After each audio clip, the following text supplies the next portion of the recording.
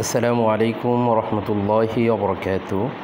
সম্মানিত অভিভাবকবৃন্দ, আশা করি আপনারা সবাই ভালো আছেন।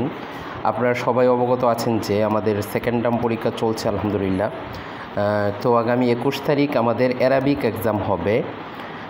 এই জন্য অ্যারাবিক এক্সামটা যেন আপনাদের সুন্দর হয়, ভালো হয়, এই জন্য আমরা একটা ভিডিও দিচ্ছি। আপনারা সবাই ভিডিওটা সুন্দর করে দেখবেন এবং ভালো করে প্র্যাকটিস করবেন। আমাদের শুরুতেই একটা টপিকের উপর প্রশ্ন থাকবে। আমরা 2 হরফ দিয়ে শব্দ গঠন করে আমরা কতগুলো শব্দ শিখেছিলাম। এই শব্দ থেকে 2 থেকে 3টা শব্দ থাকবে, একটা প্রশ্ন থাকবে। তারপর 3 হরফ দিয়ে শব্দ গঠন করে লেখা, এইখান থেকেও একটা প্রশ্ন থাকবে। 2 হরফ এবং 3 হরফ দিয়ে শব্দ গঠন করে লেখা, এই 2টা টপিক মিলিয়ে একটা প্রশ্ন থাকবে। আপনারা সবাই এই 2টা টপিক সুন্দর করে প্র্যাকটিস করবেন। তারপর আমাদের আরেকটা টপিক হলো যুক্তবর্ণ পৃথক করা। এখানে শব্দটা লেখা থাকবে, তারপরে ওরা ভেঙে ভেঙে প্রত্যেকটা অক্ষরকে আলাদা আলাদা লিখতে হবে। এই টপিকটা থেকেও একটা প্রশ্ন থাকবে। সবগুলা শব্দ আপনারা প্র্যাকটিস করবেন ইনশাল্লাহ। 2 থেকে 3টা শব্দ থাকবে, এগুলা পরীক্ষা আসবে।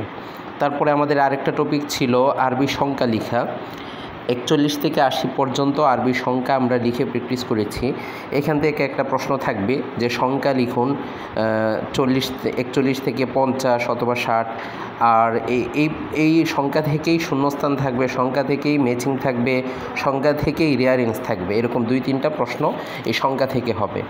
তারপর আমাদের আর একটা টপিক ছিল খুবই গুরুত্বপূর্ণ, আরবি হরফ দিয়ে শব্দ এবং অর্থ লেখা।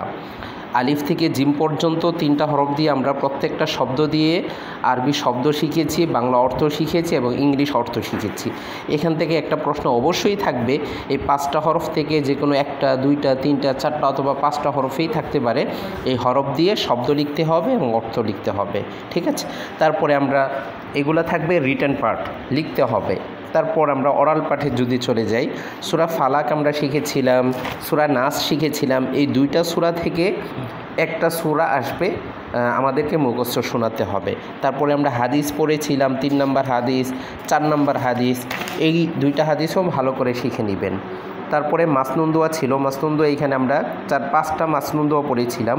সুসংবাদের দোয়া, দুঃসংবাদের দোয়া, বাথরুমে প্রবেশের দোয়া, বাথরুম থেকে বের হওয়ার দোয়া, ঝড় বৃষ্টি ক্ষতি থেকে বাঁচার দোয়া। এই দোয়া থেকে অবশ্যই একটা প্রশ্ন থাকবে, একটা দোয়া থাকবে, আমাদেরকে দোয়াটা শোনাতে হবে। তারপরে সূরা ফাতিহার আমরা বাংলা অর্থ শিখেছিলাম। এই সূরা ফাতিহার বাংলা অর্থ থেকে 1-2টা আয়াত প্রশ্ন থাকতে পারে যে বিসমিল্লাহর বাংলা অর্থটা লিখুন, অথবা সূরা ফাতিহার প্রথম আয়াতের বাংলা অর্থটা বলুন। হ্যাঁ, বলবে, এটা অরাল লিখতে হবে না, মুখে বললেই হবে ইনশাল্লাহ। তারপর আমাদের এখানে কায়দা কোরআন আছে।